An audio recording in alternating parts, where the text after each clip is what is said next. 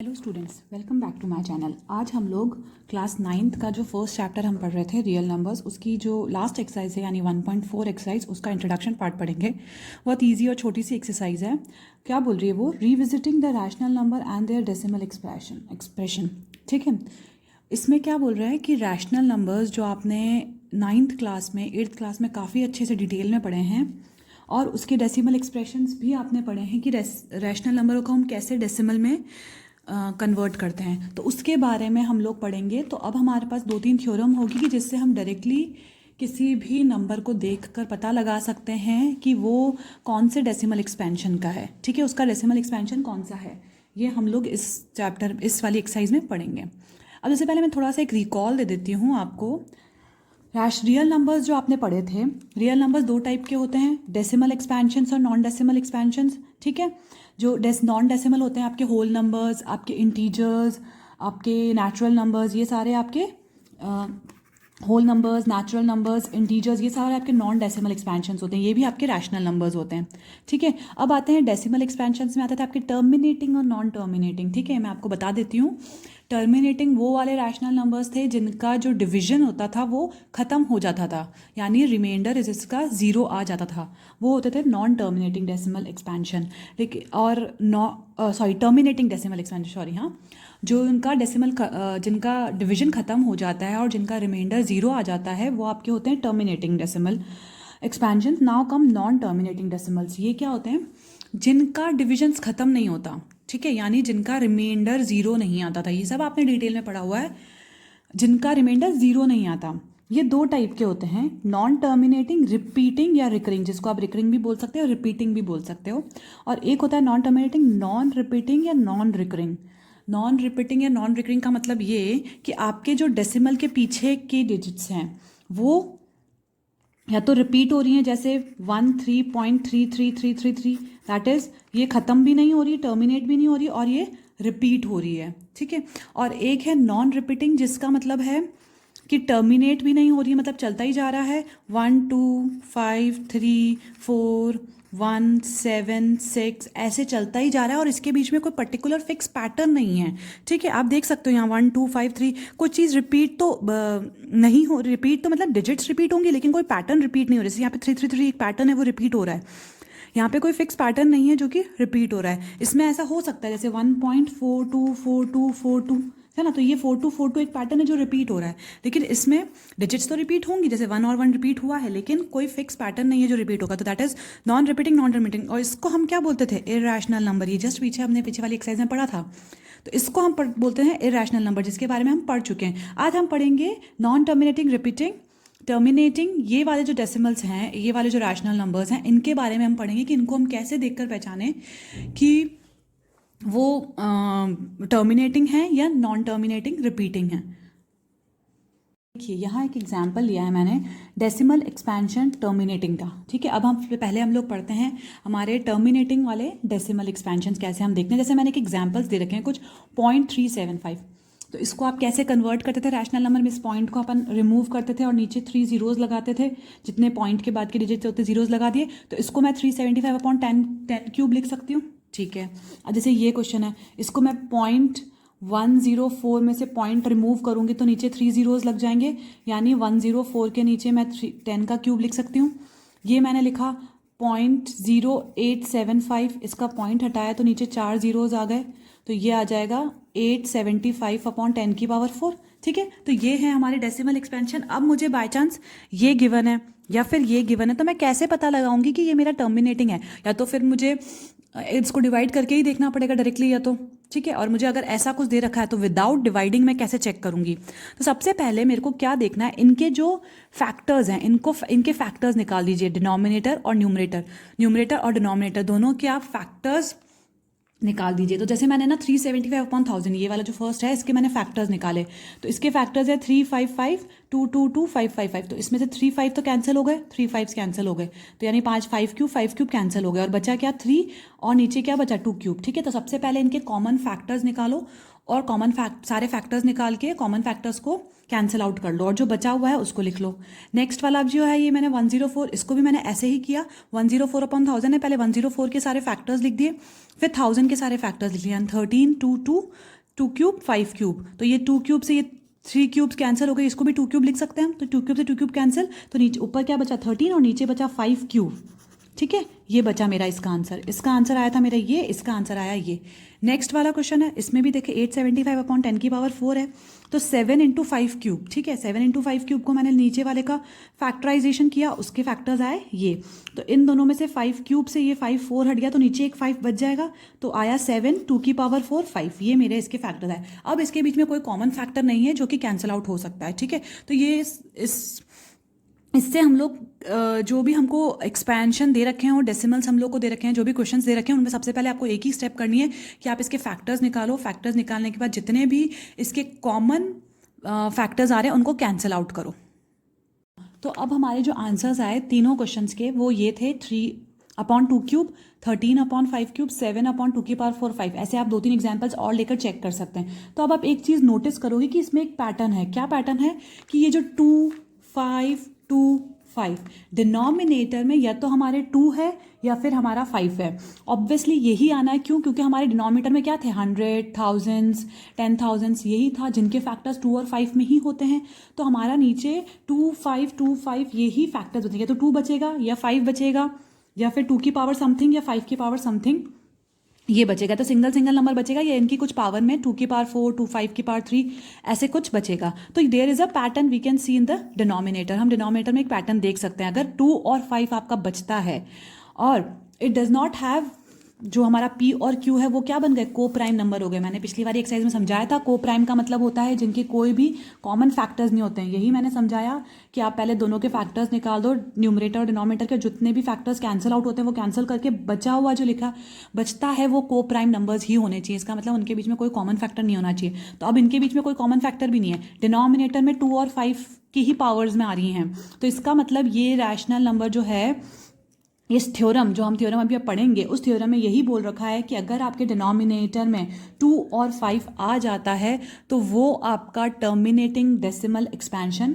होता है। तो आप डायरेक्टली से फैक्टर्स के थ्रू ही, फैक्टराइजेशन मतलब डिवाइड न करके भी, फैक्टर थ्योरम के थ्रू भी आप इसको सॉल्व कर सकते हो और बता सकते हो कि ये टर्मिनेटिंग है, टर्मिनेटिंग है या फिर नॉन टर्मिनेटिंग रिपीटिंग है।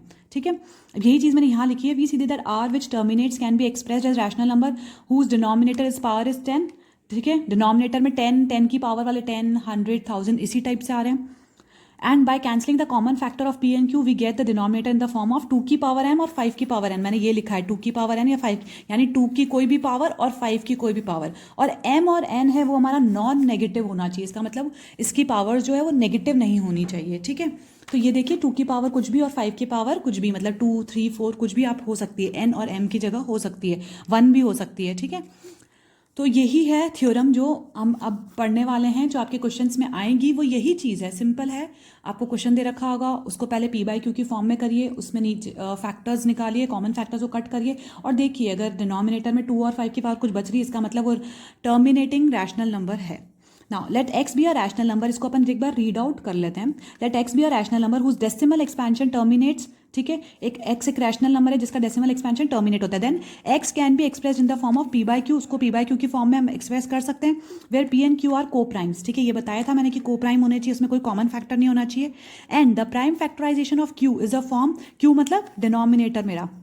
ठीक है, तो Q जो है नीचे वाला, उसके उसके उसके प्राइम फैक्टर्स अब क्या होने चाहिए, तो 2 की पावर n या 5 की पावर n, यही प्राइम फैक्टर होने चाहिए 2 या 5, वेयर n और m are non negative integers. n और m जो है हमारे नॉन नेगेटिव इंटीजर्स होंगे। तो ये तो थी हमारी फर्स्ट थ्योरम।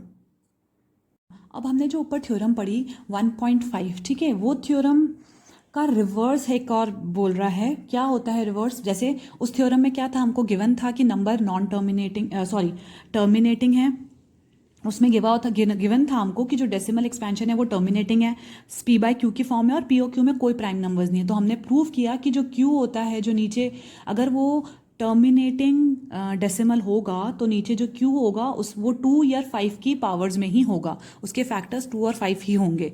तो यही चीज़ उसका उल्टा ये बोल रहा है कि हमको रैशनल नंबर गिवन है p बाई क्यू, उसके प्राइम जो डिनोमिनेटर है q उसके फैक्टर्स भी गिवन है और 2 और 5 की फॉर्म में ही होंगे। तो हमको प्रूव करना है जो हमारा p by Q rational number है वो टर्मिनेटिंग डेसिमल है। अब हमको ये चीज़ प्रूव करनी है। तो देखो जैसे 3/8 क्वेश्चन मेरे को दे रखा है, ठीक है। 3/8 को मैंने नीचे 8 को स्प्लिट किया तो 3 2 की क्यूब आ गई नीचे, ठीक है। अब मुझे इसको 10 की पावर में कुछ बनाना है, ये 2 का क्यूब आया है। अब मुझे नीचे 10 चाहिए ना, क्योंकि मेरे को अगर मैंने बताया था कि अगर आपका टर्मिनेटिंग 8 7 5 ऐसा कुछ है तो नीचे क्या आता है 10 की पावर्स आती है ना, नीचे हमेशा 10 की पावर्स में होता है। तो इस 2 का क्यूब है यहाँ पे, तो अगर मेरे को इसको 10 में बनाना है तो मुझे 5 का क्यूब मल्टीप्लाई करना पड़ेगा। तो अगर नीचे 5 का क्यूब का मल्टीप्लाई करूंगी तो ऊपर भी 5 के क्यूब का मल्टीप्लाई करूंगी। अब देखिए इसको मैं कैसे लिख सकती हूँ, 5 के क्यूब को 2 इंटू 5 का होल क्यूब, एक्सपोनेंट्स वाला लॉ लगाया मैंने कि अगर पावर सेम होती है और नीचे का बेस अलग है तो आप बेस को अंदर मल्टीप्लाई करके पावर बाहर लिख सकते हो एक साथ। तो 5 2 10, ये 10 का क्यूब आ गया, ठीक है। और 5 का क्यूब करके 3 से मल्टीप्लाई करा तो ये आया 375। तो 375 अपॉन 10 क्यूब आया मेरा 0.375। तो ये मुझे मैंने प्रूव हो गया कि टर्मिनेटिंग डेसिमल एक्सपेंशन है, ठीक है। आप इसको डिवाइड करके सॉल्व करके भी बता सकते हो कि ये टर्मिनेटिंग है। सेकेंड देखिए, मुझे एक दे रखा है 13/125, ठीक है। तो मैंने क्या किया, 13 को लिखा ऊपर और नीचे 125 को 5 इंटू 5 इंटू 5 यानी 5 का क्यूब लिख लिया। अब इस 5 के क्यूब को मुझे 10 बनाना है ना, तो 10 का क्यूब ही बनेगा क्योंकि पावर क्यूब में। तो इसका मतलब 2 के क्यूब से मुझे इसका ऊपर भी मल्टीप्लाई करना पड़ेगा और नीचे भी, नीचे करूंगी तो ऊपर भी करना ही पड़ेगा। ऊपर का मल्टीप्लिकेशन सॉल्व किया तो 104 आया और नीचे के मल्टीप्लिकेशन को 10 का क्यूब आया। यही चीज़ करिए कि क्यूब बाहर लिखकर 5 इंटू 10 कर दिया, 5 इंटू 2 कर दिया तो ये 10 आ गया, 10 क्यूब, तो ये आ गया 0.104। एक और एग्जाम्पल देख के चलते हैं, 7/80, ठीक है। तो 7/80 मतलब 2 की पावर 4 इंटू 5, ठीक है। इस 80 को मैंने सारे फैक्टर्स लिख दिए इसके, 2 की पावर 4 इंटू 5। अब नीचे कितना है देखिए, 5 एक है, 2 की पावर 4 है, इसका मतलब 10 की पावर 4 तो बनेगा ही बनेगा क्योंकि हाईएस्ट जो होगा वही बनेगा, है ना। 2 की पावर 4 को मैं कम तो नहीं कर सकती, तो 2 की पावर 4 तो रहेगा। इस 5 को बढ़ाना पड़ेगा, एक 5 है हमारे पास, कितने 5 और चाहिए, 3 5 और चाहिए मुझे, यानी 5 क्यूब का नीचे, यानी ये हुआ 2 की पावर 4, 5 इंटू 5 क्यूब का नीचे मल्टीप्लाई किया और 5 क्यूब का ऊपर भी मल्टीप्लाई किया। अब नीचे 5 क्यूब का मल्टीप्लाई करूंगी तो 5 क्यूब और 5 ये पावर ऐड हो जाएंगी, बेस सेम होता है, पावर ऐड होके क्या हो गई 5 की पावर 4। तो 7 इंटू 5 क्यूब, 2 की पावर 4, 5 की पावर 4, इसमें वापस पावर सेम हो गई, 4 बाहर आ गया और नीचे क्या बन गया 5 2 10। तो 875 ऊपर बना और नीचे बना 10 की पावर 4, तो ये पॉइंट लगकर 0.0875। तो ये हमने प्रूव कर लिया, this prove that it has a terminating decimal expansion. तो इन सब में हमने तीनों चीज़ों में प्रूव करा कि एक टर्मिनेटिंग डेसिमल एक्सपेंशन है। जो हमने ऊपर थ्योरम पढ़ी थी 1.5 थ्योरम, वही थ्योरम का ये रिवर्स है कि अगर हमको रैशनल नंबर गिवन होता है, हमको ये भी बता रखा है कि नीचे जो हैं फैक्टर्स 2 और 5 हैं, तो हमको ये प्रूव करना है कि वो टर्मिनेटिंग डेसिमल है। तो इसके अकॉर्डिंगली आप प्रूव करेंगे, बहुत ईजी सा है। आपको सिर्फ ये दे रखा होगा, आपको विदाउट डिवीजन आपको प्रूव करना है, ये डिवीजन शो नहीं करना है, लेकिन आप ये चेक करने के लिए रफ में सॉल्व करके देख सकते हो कि आपका ये आंसर सही है क्या। अभी मैंने जस्ट पढ़ाया उसी को ना एक बार थ्योरेटिकली हम थ्योरम की फॉर्म में पढ़ लेते हैं, जो रिवर्स थी 1.5 की, वही यहाँ लिखी हुई है कि let x be p by q, एक रैशनल नंबर गिवन है हमको, सच दैट क्यू जो नीचे का है डिनोमिनेटर, उसका prime factorization is in the form of 2/n और 5/m, ठीक है। और m और n यहाँ पे क्या है, नॉन नेगेटिव इंटीजर्स हैं। तो then x has a decimal expansion which terminate, तो x का जो डेसिमल एक्सपेंशन होगा वो क्या होगा, टर्मिनेट होगा। उसी चीज़ को मैंने यहाँ पे थ्योरेटिकल फॉर्म में लिख रखा है, ठीक है, जो थ्योरम है वो लिखी है। अब हम लोग आगे बढ़ते हैं। फर्स्ट हमने अभी पढ़ा टर्मिनेटिंग, अब हम आते हैं नॉन टर्मिनेटिंग। नॉन टर्मिनेटिंग में मैंने बताया था, नॉन टर्मिनेटिंग में दो होते हैं, repeating and non repeating. Non repeating का होता है इरैशनल नंबर, जो हम पिछले वाली एक्सरसाइज में पढ़ चुके हैं। अब हम पढ़ेंगे नॉन टर्मिनेटिंग, रिपीटिंग या फिर रिकरिंग, जिसको ये भी बोलते हैं। थ्योरम एक बार पढ़ लेते हैं, फिर मैं आपको एग्जाम्पल के थ्रू समझाती हूँ कि इसमें क्या करना है। देखो सिंपल है, जहाँ पे हमने ऊपर क्या देखा, अगर वो डेसिमल टर्मिनेटिंग होगा तो जो नीचे क्यू है यानी जो डिनोमिनेटर है उसमें क्या 2 की पावर n या 5 की पावर n, 2 या 5 के मल्टीपल्स में वो होना चाहिए, फैक्टर्स में 2 और 5 होना ही चाहिए।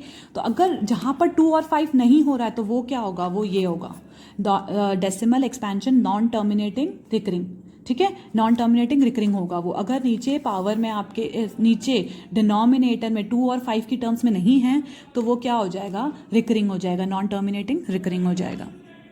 फिर हम पढ़ते हैं अब अपन, let x p by q be the rational number such that prime factorization of q is not in the form of 2 की पावर n 5 की power n, it's not in the form of 2 की power n 5 की power n, ठीक है। nm are the non negative integers there, then x has a decimal expansion which is non terminating repeating, ठीक है। हमारा ये expansion होगा जो कि नॉन टर्मिनेटिंग होगा और रिपीटिंग होगा, क्यों? क्योंकि हमारे जो डिनोमिनेटर है उसमें 2 और 5 की फॉर्म नहीं है। एक एग्जाम्पल लेके चलते हैं। एक एग्जाम्पल है जो 1/7 है, इसको अपन अगर डिवीजन के थ्रू सॉल्व करते हैं तो ठीक है, इसको मैंने सॉल्व किया, इसमें रिमाइंडर 0 भी नहीं आ रहा है कहीं पर भी, और जो हमारा डिवीजन है वो ऐसे रिपीट भी हो रहा है। आप देख सकते हैं रिमाइंडर यहाँ 3 आया, फिर 2 आया, फिर 6 आया, फिर 4 आया, फिर 5 आया, फिर 1 आया, मतलब रिमाइंडर वापस रिपीट हो रहा है। तो ये डिवीजन ऐसे कंटिन्यू रहेगा ही रहेगा। तो ये क्या है? Non terminating. ये तो प्रूव हो गया। सेकेंडली, इसमें रिपीट हो रहा है क्योंकि 1 4 2 8 5 के बाद वापस 1 आ गया, इसका मतलब ये रिपीट होगा 1/7। और जो 7 है हमारा डिनोमिनेटर, आप चेक कर सकते हो, मैंने अभी बताया थ्योरम में हमने कैसे देखा कि अगर डिनोमिनेटर में 2 की पावर n या 5 की पावर m नहीं आ रही है तो इसका मतलब वो क्या होगा? Non terminating repeating. तो डायरेक्टली आप लिख सकते हो, जो आपको ये पूरा डिवीजन सॉल्व करने की जरूरत नहीं है इस चैप्टर में, इसमें डिवीजन शो नहीं करना है, लेकिन ये आपको डिवीजन रफ में अगर आपको चेक करना है कि मेरा आंसर सही है कि नहीं है तो वो आप करके देख सकते हो। तो आप यहाँ पे लिख दोगे डायरेक्टली कि यहाँ डिनोमिनेटर है जो कि 7 है, जो कि 2/n और 5 की पावर m की फॉर्म में नहीं है, ठीक है। तो therefore which doesn't have a factor 2 और 5 the rational number is non terminating repeating, और रिमाइंडर भी यहाँ पर क्या है? 0 नहीं है। तो सिंपल सा है, ये तीन थ्योरम्स थी इसके अंदर, बहुत ईजी सी हैं। तो आप एक्सरसाइज 1.4 सॉल्व करिए, और कोई भी प्रॉब्लम हो तो प्लीज़ कमेंट बॉक्स में लिख कर बताइए, and please like and share my channel. Thank you.